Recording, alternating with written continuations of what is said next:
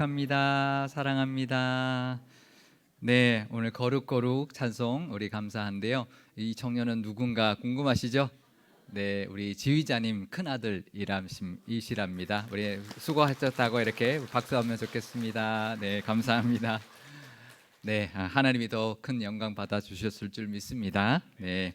오늘은 삼위일체 주일입니다. 지난 주일에 성령이 강림하신 날을 기념하면서 우리가 예배를 드렸는데요. 그래서 오늘은 성부와 성자와 성령 삼위일체 하나님을 기억하는 그런 감사하는 절기의 날입니다. 삼위일체 하나님께 영광과 존귀를 올려드리는 이 예배가 되시기를 바랍니다.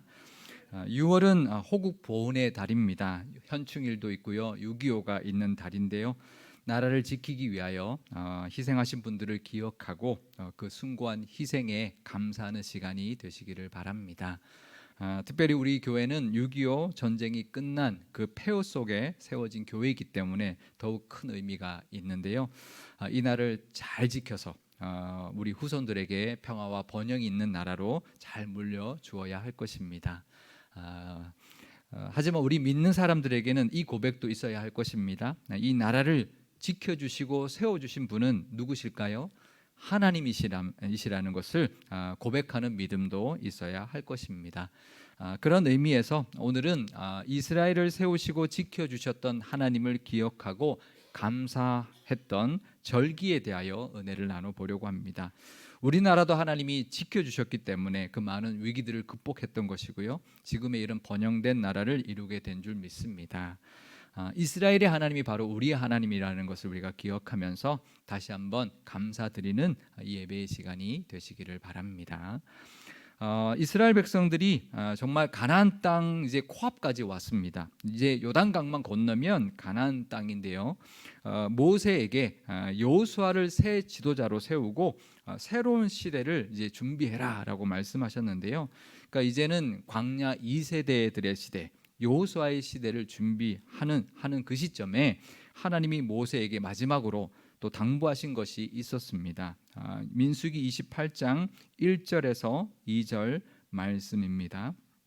여호와께서 모세에게 말씀하여 이르시되 이스라엘 자손에게 명령하여 그들에게 이르라. 내 헌물, 내 음식인 화제물, 내 향기로운 것은 너희가 그 정한 시기에 삼가 내게 바칠지니라. 그러니까 다음 세대를 준비하면서 가장 먼저 당부하신 말씀이 바로 제사였습니다. 이제 가나안 땅에 들어가게 되면 가장 중요하게 여겨야 할 것, 가장 우선시해야 될 것이 뭐라고요? 제사, 예배 드리는 것이라고 말씀하고 있습니다. 이것은 너희들이 이제 제물을 나한테 바쳐야 돼, 이게 아닙니다. 하나님이 그 제물 받으면 뭐 어디에 쓰시겠습니까? 그 제사를 통해서 하나님 앞에 늘 감사하고 하나님의 은혜를 기억하고 늘 하나님과 함께하는 그런 날들을 이어가라라는 것이죠. 이제 가나안 땅에 들어가면은요, 제사를 드리는데 매일매일 제사를 드려야 했습니다. 그것을 상번제라고 불렀는데요. 민수기 28장 3절에서 4절 말씀입니다. 또 그들에게 이르라. 너희가 여호와께 드릴 화제는 이러하니 1년 되고 흠없는 순양을 매일 2마리씩 상번제로 드리되 어린 양 한 마리는 아침에 드리고 어린 양 한 마리는 해질 때에 드릴 것이요. 그러니까 상번제를 드리라고 했는데, 이 상번제는 뭐냐면 그 한자를 보시면 한번 보여주시죠. 상번제의 상자가 윗상자가 아닙니다. 뭐냐면 일상상자를 씁니다. 그러니까 일상적으로 늘 드리는 번제라는 뜻이죠. 그래서 원어가 올라 타미드인데요, 올라가 번제라는 뜻이고요, 타미드는 항상 끊임없이라는 뜻입니다. 그러니까 이제 번역을 참 잘했죠. 그러니까 아침 저녁으로 번제를 드리는 상번제. 그래서 제단의 불이 이제 1년 내내 365일 끊임없이 불이 꺼지지 않는 그런 제사를 드려라, 이렇게 명령하셨던 것입니다. 가나안 땅에 들어가면 이 상번제를 드려서 하나님께 예배하는 것이 끊이지 않도록 그 번제 제단의 불이 끊이지 않도록 하라 말씀하셨던 겁니다. 그 하나님께 예배하는 것, 하나님과 함께 교제하는 것이 끊이지 않도록 하게 하는 그런 상징적인 의미가 있을 것입니다. 우리에게도 예배가 중요합니다. 날마다 하나님께 감사드리면서 하나님께 예배하는 삶을 사시기를 바랍니다. 늘 하나님과 교제하고 늘 삶으로 하나님께 예배하는 그런 삶을 살아가시기를 바랍니다. 그런데 아침 저녁으로 예배를 드린다면, 이스라엘 백성들이 다 그런다면 어떻게 일상생활을 할까요? 아침에 드리고 또 저녁에 드리고 그러면 날마다 하루에 2번씩 예배 드린다면 일상생활을 제대로 할 수 있을까요? 사실 이 상번제 제사는 그냥 제사장들이 드리는 것이었습니다. 그러면 일반 백성들은 어떻게 해야 될까요? 그냥 아무 상관없이 그냥 제사장들이 제사를 드리든 말든 그냥 자기 삶을 그냥 살았을까요? 그러면 다 괜찮았을까요? 아닐 것입니다. 이 제사는 제사장이 대표로 드리는 거죠. 이스라엘 모든 백성들을 대표해서 제사를 드리는 것입니다. 그러니까 함께 드리는 것이죠. 그러면 일반 백성들은 아침에 일하러 나갈 때 그 제사장들이 드리는 제물의 향기로운 냄새를 맡으면서 나갔을 겁니다. 저녁에 일을 마치고 돌아올 때는 그 저녁 번제의 그 향기로운 제물의 냄새를 맡으면서 하루의 일과를 마무리했을 겁니다. 그러면서 아침 저녁으로 자기들도 하나님께 제사 드리는 마음으로 하루의 시작과 끝을 하나님께 다 맡기고 감사하라, 그런 의미가 이 상번제의 의미일 것입니다. 그렇다면 우리도 마찬가지죠. 아침 저녁으로 우리도 매일매일 하루에 2번씩 예배 드릴 수는 없지만 하루를 시작하면서 아침에 하나님 앞에 모든 것을 맡기는 기도를 드리고 또 저녁에 하루를 마무리하면서 하나님께 감사드리는, 끊임없이 드리는 기도와 끊임없이 드리는 우리 마음의 찬양이 우리에게도 매일매일 있어야 할 것입니다. 늘 하루하루의 삶 속에서 하나님을 기억하시고 예배하는 그런 믿음의 모습들이 다 있으시기를 축복드립니다. 우리가 매일 나와서 예배당에서 예배는 드리지 않아도 하루하루의 삶, 아침 저녁에 우리의 모든 모습이 하나님께 올려지는 예배의 삶을 사시기를 주님의 이름으로 축원드립니다. 그러면서 이제 매일 드리는 상번제와 또 안식일마다 드리는 제사, 매월 초하루에 드리는 제사와 더불어서 절기의 제사를 명령해 주셨는데요. 이스라엘에게 절기는 대표적으로 3대 절기가 있습니다. 뭘까요? 유월절, 오순절, 초막절. 봄과 이제 초여름과 가을, 이렇게 3대 절기가 있는데요. 이 절기들에 대한 말씀은 이미 출애굽기, 레위기, 민수기 앞부분에 다 몇 번씩이나 말씀해 주셨던 것인데, 이제 가나안 땅을 코앞에 두고 이제 다시 이 가나안 땅으로 들어가게 될 이 광야 2세대들에게 또다시 당부하고 있는 것입니다.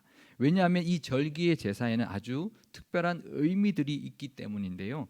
그 첫 번째 절기는 바로 유월절입니다. 유월절은 우리가 잘 아는 대로 어린 양의 피로 죽음을 면하고 출애굽을 했던 날을 기념하는 날이죠. 종교력으로, 이스라엘의 종교 달력으로 1월 14일인데요. 이스라엘에게는 해방의 날이죠. 우리나라 광복절 같이 해방시켜 주신, 그 노예로부터 해방시켜 주신 그 은혜를 기억하는 날입니다. 그리고 그 유월절 다음 날인 1월 15일부터 22일까지는 무교절로 지켰는데요. 그러니까 유월절과 무교절은 붙어 있습니다. 그냥 이어서 있는 절기인데요. 이 무교절은 무엇을 기념하는 날이냐면, 출애굽을 할 때 너무 급하게 나왔기 때문에 그 사람들이 이제 빵을 먹잖아요.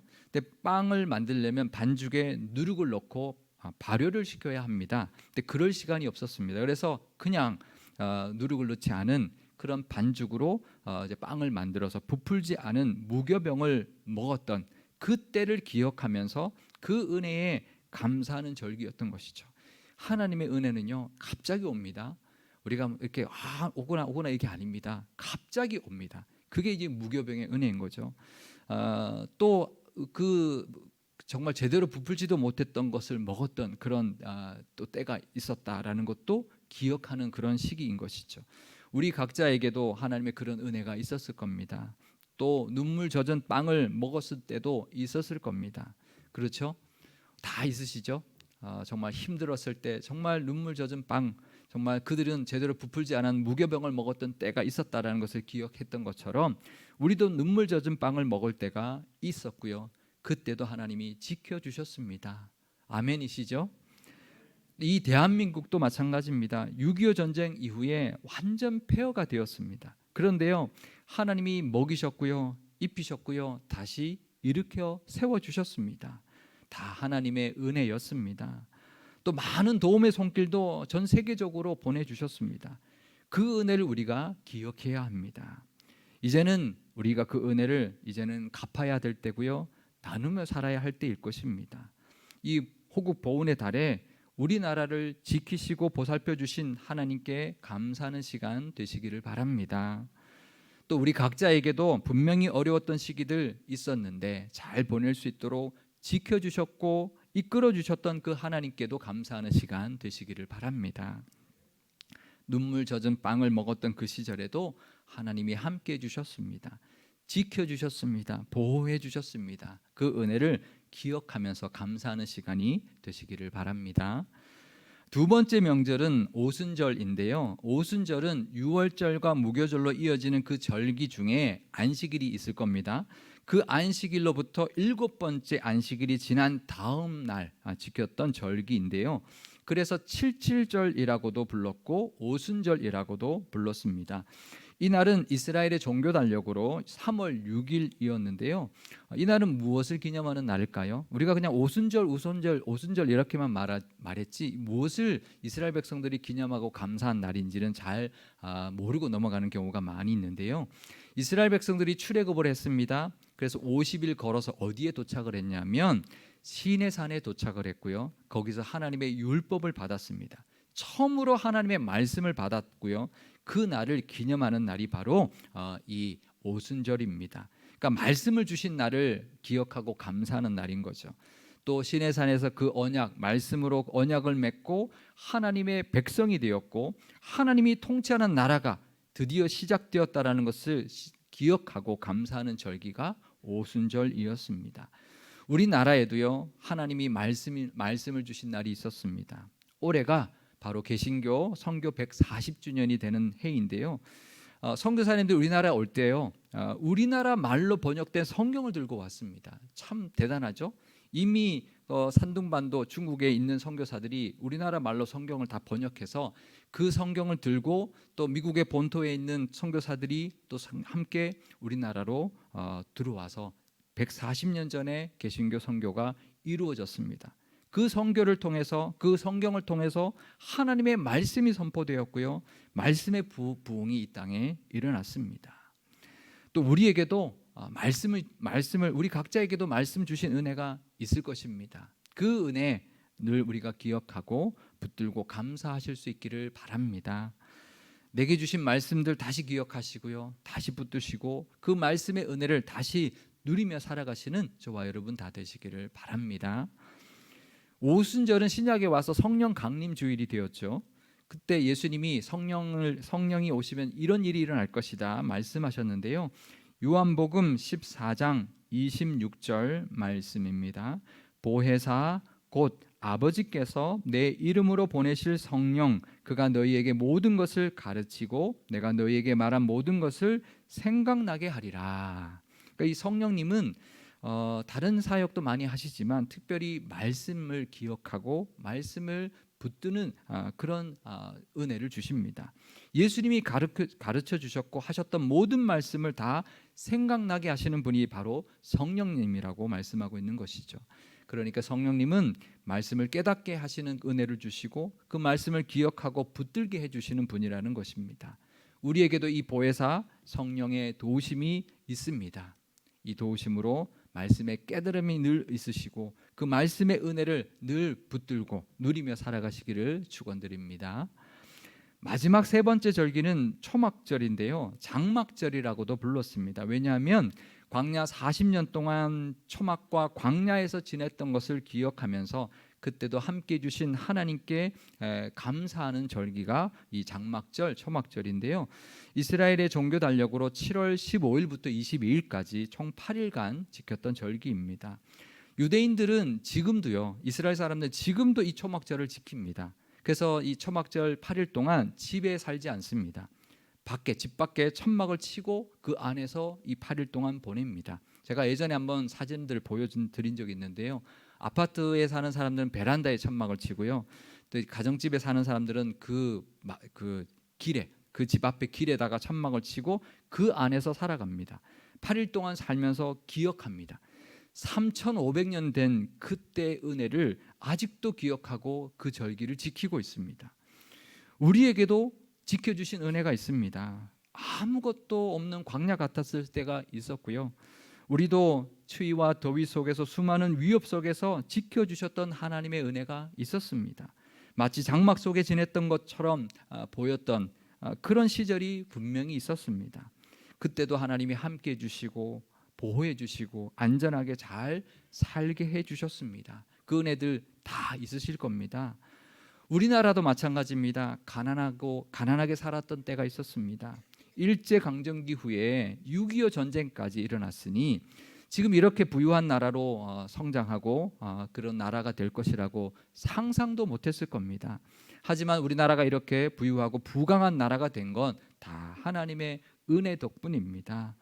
물론 우리나라 사람들이 열심히 살고 또 우리 어르신들이 열심히 노력과 수고해 주신 덕분이 있지만 하나님이 지켜주셨기 때문이고요. 이 나라를 세워주셨기 때문인 줄 믿습니다. 그 은혜에 감사는 우리가 되어야 할 것입니다. 그런데요, 우리도 만약에 이 유대인들처럼 해마다 장막을 치고 해마다 무교병을 먹으면서 그렇게 하나님의 은혜를 기억하는 그런 의식이 있다면 어떨까요? 그것도 나쁘지 않을 것 같아요, 그죠? 왜냐하면 우리가 너무 쉽게 그 은혜들을 다 잊어버리기 때문입니다. 하나님이 베풀어 주신 은혜가 얼마나 많은지 모르는데 다 잊어버리고요. 지금 내 눈앞에 있는 것만 붙들고 속상해하고 부족하다 그러고 감사하지 못하는 것이 우리의 모습 아닌가요? 우리도 초막 짓고 초가집 짓고 꼭보리밥 먹는 그런 날 정해서 지켜야 그 은혜를 기억하시겠습니까? 그러지 않아도 하나님이 지켜주셨고 먹여주셨고 입혀주셨던 그 은혜를 기억하며 감사할 수 있어야 할 것입니다. 또 이 나라를 지켜주셨던 그 하나님께도 감사드리고 우리도 먹이시고 입히신 하나님께도 감사드리는 우리 모두가 되어야 할 것입니다. 그러시기를 축원드립니다. 그런데요, 이 3대 절기는 신앙적인 감사들만 있는 절기가 아니었습니다. 제가 몇 번 말씀드렸던 것처럼 유월절과 무교절 중에는 안식일이 반드시 있을 겁니다. 그 다음 날을 초실절로 지켰습니다. 그러니까 유월절, 무교절, 초실절은 다 붙어 있는 절기인데요. 이 초실절은 무엇을 하는 절기냐 하면 가나안 땅에 이제 들어가서 농사를 짓게 되면 추수하게 될 겁니다. 그 추수 중에서 보리의 첫 이삭을 드리는 날이 바로 이 초실절입니다. 첫 번째 열매를 드리는 날이라는 뜻이죠. 그러니까 수확에 감사드리는 날이기도 했던 것입니다. 이 유월절과 무교절이 또 오순절, 칠칠절은요. 밀의 첫 이삭을 드리는 날이기도 했습니다. 민수기 28장 26절 말씀입니다. 칠칠절 처음 익은 열매를 드리는 날에 너희가 여호와께 새 소재를 드릴 때에도 성회로 모일 것이요 아무 일도 하지 말 것이며, 그러니까 칠칠절이라고 하면서 처음 익은 열매를 드리는 날이라고 말하는데 이때 처음 익은 열매는 바로 밀입니다. 아까 초실절에는 보리를 드렸지만 이번에는 밀을 수확하고 밀의 첫 이삭을 드리는 날인데요. 그래서 여호와께 새 소재를 드린다고 할 때 이 새 소재가 밀의 첫 이삭, 거둔 첫 번째 이삭을 드리는 그런 소재를 말하는 것입니다. 그러니까 밀을 수확하게 하신 하나님께 감사하는 그런 날이었던 것이죠. 또 초막절, 장막절은요, 다른 말로는 또 수장절이라고도 불렀습니다. 이 수장절은 무슨 말이냐면요, 거둘 숫자에 저장할 장자를 씁니다. 그러니까 이스라엘은 곡식을 밀과 보리를 먹기 때문에 다 봄철에 나오는데요. 가을에 나오는 수확되는 게 있었습니다. 뭘까요? 과일이죠, 과일. 그죠? 과일은 다 가을에 나옵니다. 포도, 무화과, 석류, 대추야자, 올리브 같은 과일들이 가을에 거두었는데요. 그 추수에 대한 감사를 올려드리는 절기가 바로 이 수장절이었습니다. 그러니까 초막절과 장막절이기도 하지만 수장절이기도 했던 것이죠. 하나님께 이 가을 추수 또 과일의 추수에 감사드리는 날이기도 했던 것입니다. 그러니까 이 3대 절기는 모두 신앙적인 감사뿐만 아니라 일상에서 늘 부어주고 계시는 그 은혜와 열매에 대한 감사가 다 포함되어 있었던 절기였습니다. 하나님 우리에게도 마찬가지입니다. 신앙적인 은혜만 베풀고 계신 게 아닙니다. 일상의 은혜도 늘 베풀어 주고 계십니다. 그 은혜도 기억하면서 감사하시는 저와 여러분 되시기를 바랍니다. 구원의 은혜도 주셨고요, 말씀의 은혜도 주고 계십니다. 하지만 그뿐만 아니라 먹이시고 입히시는 은혜, 또 늘 우리에게 열매 맺게 하시고 결과를 허락해 주시는 하나님의 은혜와 도우심도 있음을 분명히 기억하고 감사하실 수 있기를 바랍니다. 또 그동안 베풀어 주셨던 은혜를 기억하면서 앞으로 부어 주실 은혜를 또 바라보고 기대하면서 소망 가지고 살아가시는 저와 여러분 다 되시기를 축원드립니다. 이스라엘에게 베풀어 주셨던 은혜를 지금 우리에게도 베풀어 주고 계시는 것입니다. 오순절과 유월절과 오순절과 초막절은요, 이스라엘의 그냥 절기가 아닙니다. 지금 우리에게는 그것이 부활절이 되었고요, 성령 강림주일이 되었고 추수감사주일이 된 것입니다. 오늘 우리에게도 이 절기의 은혜를 베풀어 주고 계시는 것입니다. 그러니 지금도 베풀고 계시는 이 영적인 은혜와 또 삶의 은혜에 늘 감사하면서 늘 기쁨으로 살아가시는 하나님의 자녀들이 다 되시기를 주님의 이름으로 축원드립니다. 기도하시겠습니다. 우리가 드리는 예배를 늘 기쁘게 받아주시는 하나님 아버지, 하나님은 우리를 한순간도 눈을 떼지 않으시고 지켜보시며 은혜를 주고 계십니다. 그 은혜에 늘 감사하며 예배하는 우리가 되게 하옵소서. 우리에게 베푸신 은혜들이 얼마나 많은지 모릅니다. 구원해 주신 은혜, 말씀으로 늘 위로와 힘을 주신 은혜, 늘 영적으로 지켜주신 은혜에 감사드립니다.